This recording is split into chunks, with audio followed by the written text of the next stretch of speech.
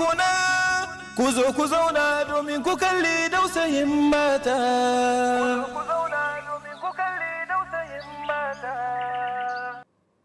Kuna tare da mu ne da kasaitaccen shirin nan naku na dausayin mata, shirin da muke tattaunawa da ni da malama Joyariya akan matsalar nan da take tunkaran al'umma ko kuma 'yan uwa mata wadda aka fi sani da cewa Madigo. Malama, da fatar kina tare da mu? Amin wa alaikum salam. Malama, kina cikin bayani lokaci ya mana halinsa na cewa shin wai akwai waɗansu ƙungiyoyi waɗanda suke tallafawa akan wannan shegantakar da ake yi ko babu? Waɗansu na ganin akwai ƙungiyoyi, waɗansu na ganin babu. Menene tunaninku ko kuma abin da kuka gano ga wannan? Tabbas mana akwai ƙungiyoyi da dama, akwai ƙungiyoyi da dama wanda suke tallafa wannan. Wani lokacin za a zo ne a niyyar kamar taimako, za a zo ne kamar a niyyar taimako, za a taimaka muka an ga a baku da ƙarfi ko baku da waye a ga yarinya kyakkyawa. Za a je a fara da siya mata kaya da waye a koya mata wannan. Bayan an koya mata ta riga a ciki siya wato kuma sai ka dawo. Sai kuma a ci gaba da nemo musu yara wanda za a samu. Za ka samu wasu yaran ba su ma kai wani wani shekaru masu yawa ba, wata da shekara 12, shekara 14, shekara nawa. Za ka gansa abin in ka zauna da su waɗanda suka shiga cikin wannan matsala sai ka ga a ba babba ba yaro. Akwai kungiyoyi aka taimaka musu kwaye da gaske wannan akwai. Kenan sun zamo dabbobi kenan.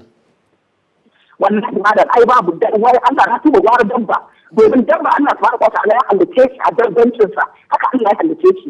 Amma malam mutum da hankalinsa da lafiyarsa, musamman kina musulma, wacce Allah subhanahu wa ta'ala ya halice ta ya halice aljanna. Kin san rayuwar nan ƙuraiya ne, yau kina nan gobe ma kina nan. Za ki koma ga Allah subhanahu wa ta'ala. Wallahi gaskiya. Yau to ya ne. Ki sani cewa akwai sunaye da suke representing a rayuwarki. Ba ke kaɗai ne a matsayin na musulma, amma a ce wai kin shiga irin wannan bala'i. Malama duk wanda ya tsaya ya ce ba zai kare gidansa ba, ba zai kare harshensa ba. Malama Joyariya, waɗansu mata sukan kafa dalili akan cewa mazaijansu ba su da lokaci da su tafiye-tafiye da makamantansu ko kuma ba su da ƙarfi. Wasu na kafa dalili da wannan wai shine sa suke shiga cikin wannan. Shin kariya ne suke yi koko ga tunaninku haƙiƙanin abin da suke faɗa kenan? Shi yakan kai su ga wannan mugun abun. To ba ta san dai wannan dai ba dalili bane ba. Ba dalili bane, ba dalili bane. Halittar da Allah subhanahu wa ta'ala ya halitta kan jarabawa ba. Wallahi waɗanda suke da wannan ra'ayin. Allah subhanahu wa ta'ala da kansa yake yana tare da masu haƙuri. Kina ji na. Wanda idan su mutu ta kallon suke cewa da Allah suke da Allah za su koma. Wannan shi ne. A matsayin ki na musulma yaushe za ki ɗauki abu na haranci ki ce shi ne mafita a rayuwarki. Idan miji baya nan ai Allah subhanahu wa ta'ala da yasa akwai aure akwai saki ai. Ai babu dole. In dai har ba zai zauna da ke a gida ba yana cutar da ke, shi yasa akwai waliyar akwai wakilai, shi yasa akwai kuma alƙalin musulunci. Wannan kenan in dai har zai cutar da ke a maimakon ki ki fada yin wannan alaƙa da bala'i ki fada ki ɓata ƴaƴanki, ki ɓata tarbiyyar ƴaƴanki, ki ɓata matsayin ki ɓata imanin ki. Wallahi gwara ki je kawai a nema miki hakkin ki in cutarwa ya cutarwa a raba auren ya fi sauki da ki shiga irin wannan masifa da bala'in da kike ciki. Domin masifa ce da bala'i. Kina lamari haka ce faɗa wasu za su to yanzu a lokacin da mutuwar aure ya yawa, tun da mutuwar aure ya yawa to shi kenan kawai za su zauna da mazatan ba su kuna su ba amma su za su ga kuna ɗan uwansu mata. Waɗannan kuma za su ga su kamar yadda na maka bayani. Assalamu alaikum. Auren ba za su yi ba. Ba za ki auren ba balle su shiga wani da Malama Joyariya. Na'am. Da fatar kina jina nace ai yawan kashe-kashen auren ai su ne suke kashe auren. Saboda su ne suke hore ma 'yan uwa mata kunne kada su zauna da namiji kazami ne, namiji meye ai su ne suke kashe auren. Tabbas malam domin da ana bin matakai na auratayya da ba haka ba, da ba haka ba. Yawa za su zo su zauna in suka zauna za a zo ne a ga yanci ko kuma za ki ga wata kawa ce za su ga gidanki wata kila ta ga ke da mutuncin ki da kimar ki haka za su ke shiga jikinki da bincika ta kai kike idan ta ga wani dan kuskure kankane ko kuma ta ga wani abin da kike dan fama da kanki sai da kawo miki wannan ai zaman auren ma ke kika da dama ai akwai abin da za ki fi wajen kanki shi da na fara gaya maka da za a fara ne da baki kyauta a kawo miki kyauta yau a kawo miki kyauta gobe a kawo miki kyauta bibi har a zo a binki har cikin gidanki a wanke ƴaƴanki a zo ana miki wannan aika idan har kuma ya fushi da miki jiki karshe ke ma ki je ki bar auren ki fara bibiyar su a shiga titi a shiga daba wannan shi ne masifan da ya kai masifa. Malam kwana na an yi wani abu yara ne ba gaya maka malam da aurensu da kimarsu da darajarsu da martabarsu malam idan ka ga yadda suke fada ana turawa a audio ana fada akan mace wallahi sai ka tsoro. To ni da gaskiya mai nake fara in dai har ƴaƴan mu musulmai za su iya yi audio suna turawa haka babu tsoron Allah babu dukkan da ma'aikira sunna sallallahu alaihi wasallam a cikin su idan an san su malam ya ci a kama su domin kama da za a yi haka da zafi domin ai duk wanda yake yin laifi malam idan yana laifi yana koyarwa a kyautata zaton zai iya shirya nan gaba a kyautata zaton zai iya shirya nan gaba amma ka san laifi ne kai kawai kanka a matsayin da mutum ke san laifi ne kin san cewa wa Allah laifi ne amma kuma haka za ki buɗe baki ki ce wai ke din har kina iya fara kamar abin halal ne a je a ba da kuɗi wai an da aure abu ne wai a wai matar ta ce wai abin wani abin azalta da baya kimantuwa baya misaltuwa malam hadisi ya nuna cewa duk ƙarar miji mai luwaɗi ba in aka kama shi ba a ma jefar su kamar da ake masu zina ko a zane shi kamar da ake masu zina tsauni ake ɗaura shi tsawon tsauni a sako shi haka zai gangaro gawarsa ma ba a su lafiya ba a so a ga wani abu da lafiya a gawarsa to haka ya mace ake ciki wannan masifa da ina za ki je da wannan masifa saboda girman Allah wani irin damuwa ne mace za ta shiga a ce ɗan uwarta mace shi ne za ta ɗauke miki sha'awa tsakani da Allah sai ta bi da wannan masifa ya kai masifa malam sai dai mu ce inna lillahi wa inna ilaihi raji'un Allah ya raji'un Allah subhanahu wa ta'ala shi ne mana gaba Allah ya rufa mana asiri su da shi wannan masifa Allah ya yi musu ƴaƴan mu da ba shiga ba da dangi Allah subhanahu wa ta'ala ya kare mu baki da wannan masifa malam amin malama to malama mun tattauna akan dalilan da ke sa suna yin sa ba su da dalili ko guda wanda zai sa su yi wannan mummunan aika-aikan. Allah ya sani su ma kansu sun sani ille bala'i ne su dawo su tuba su ji tsoron Allah su koma ma Allah. To mun fara jin ke ɗauko magana akan hukuncin wannan abun. Malamai a addinin musulunci ra'ayi ya bambanta akan wani hukunci za a yi wa macen da take wannan maɗigun. Waɗansu sun ce a yi mata bulala 100 ta yi aure ba ta aure ba. Waɗansu sun ce a yi mata bulala 50. Waɗansu sun ce a kashe. Waɗansu sun ce a'a idan aka kama ta yi maɗigo a yi bulala 100. Wani lokaci na biyu idan aka sake kama ta a yi mata wani bulala 100. Idan aka ƙara kama ta na uku a yi 100 ya zama 300 to idan ta yi na 4 nan ne za a kashe. Na'am. Saboda ta rige ta zamo bakar ashana za ta kona gari ne gaba. Ta zama bakar ashana malam. To yanzu ba abin da ya rage a gare mu ille mu daga kira zuwa ga hukumominmu su ji tsoron Allah su tare wannan bala'in tun bai kai wani waje ba wanda ƙasa za ta shiga ciki ne gaba ɗaya kuma ceto ta abun zai yi wahala. Na'am. Ana rubuce-rubuce akan waɗannan abubuwa. Rubuce-rubuce kamar na tsare abin ko ne ban gane mana. Wato ina magana rubuce-rubuce kamar irin ɗalibai da suka ƙare university haka za su yi rubutu sai zan a ba su topic irin wannan su ɗauko su je su yi fira da su je su gansu da makamantansu ya suke samun abun gudanar da rayuwa tunda dai ba duka suke aikin gwamnati ba sannan ba wani kamfani gare su na samar da kuɗi ba a gano ta ina ne suke samun su wannan kamar tonon asiri ne a gare su. To gaskiya al'amari ma na ni ban taɓa gani shi ko an fara rubuce-rubuce a kai ba. A wannan ya kamata domin duk abin da ake son a gano haƙiƙani ne ya yake tafiya su waye a bayan shi da makamantansu to research ne za a yi.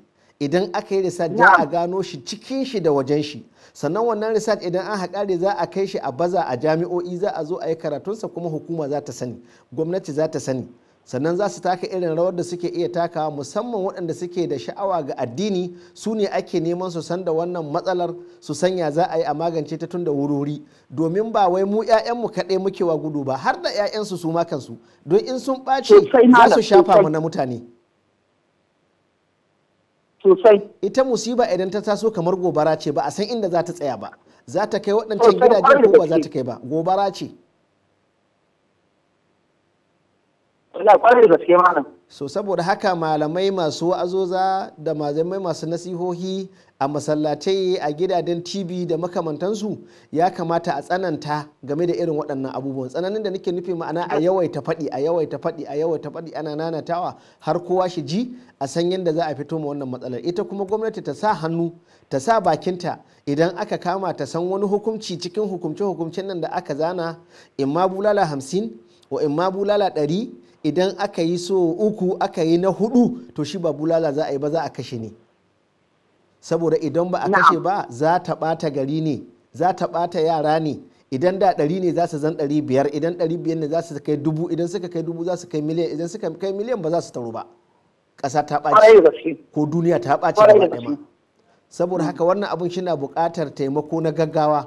Mu da muke kira da 'yan uwanmu malamai da suke bisa muwambari na sallar juma'a da sallar idi a kowace dai munasaba wadda za ta sa a tara mutum 50 100 200 miliyan 1 ya kamata a fito mutu da wannan topic din a yi magana a kansa domin kowa kansa shi waye akan waɗannan abubuwan.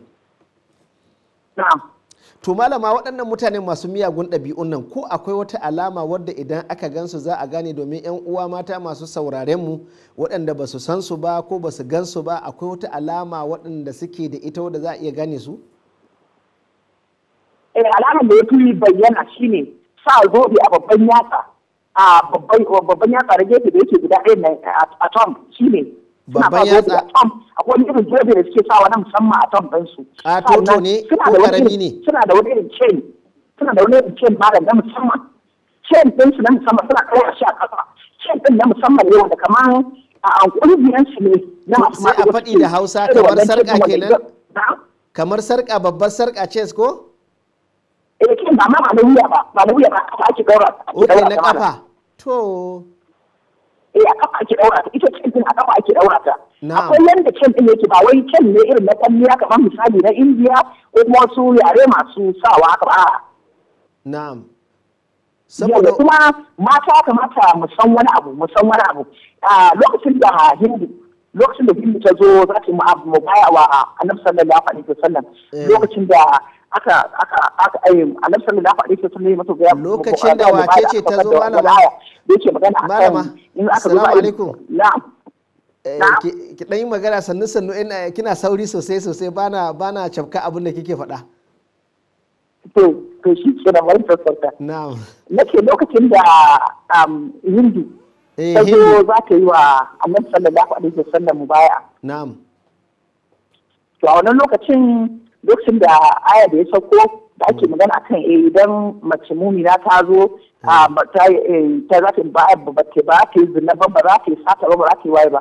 Inda ce ta ji mamaki a wannan lokacin akan ashe mace har za ta iya yin zina, saboda su larabawa ko a zamanin jahiliya malam ko a zamanin jahiliya ba sa zina, ko a zamanin jahiliya su zina abin kazanta ne a wurinsu, saboda haka kana mamakin da za a ce har mace za ta iya yin zina, to zina ce nan malam take mamaki, domin su a suka ɗauka na raba shi ne zinace da irin wayan abubuwan aiki ne na bayi wanda ya kamata mu sani. To su ce nan a zamanin jahiliya suke jin kunyar irin waɗannan abubuwa sannan da yancinki da gatanki kina musulma da gatanki a ce wannan shine harkar da kika zaba. Malama kika ce lokacin jahiliya, ma'ana lokacin da ba a waye ba ilimin zamani, ba a waye ba lokacin ba a haka, lokacin babu addini ba. To yanzu gashi an waye, to yanzu me amfanin wayewar? Wayewar ya zama babu amfani da malam, tun daga addini ga ilimi ga wayewa ga yanci malam, amma kuma ka ce kai za ka je kanshi. Ai yanzu mutum kawai shi ya kai kanshi kuma ya je mai da kanshi kuma bawa. Don wannan mutum ya mai da kanshi bawa ne da kansa. Mutum ka je ka ɗauki rayuwanka da rayuwa da bai dace da kai ba, ka ce ka mai da kanka wani rayuwa daban, ya zama tashin hankali malam. Gaskiya ne. To malama, lokaci na yi muna halin shi, wani kira da kuma jan kunne zaki ga 'yan uwa mata waɗanda suka samu kansu cikin wannan mummunar ɗabi'a da kuma waɗanda muke kariya kada su faɗa a cikinta? Kira na gaba ɗaya. To gaskiya kira na farko shine waɗanda suka shiga in dai har suna ciki wallahi su yawa ta addu'a because wannan masifa ne wanda zai kai su ga halaka daga duniya a lahira.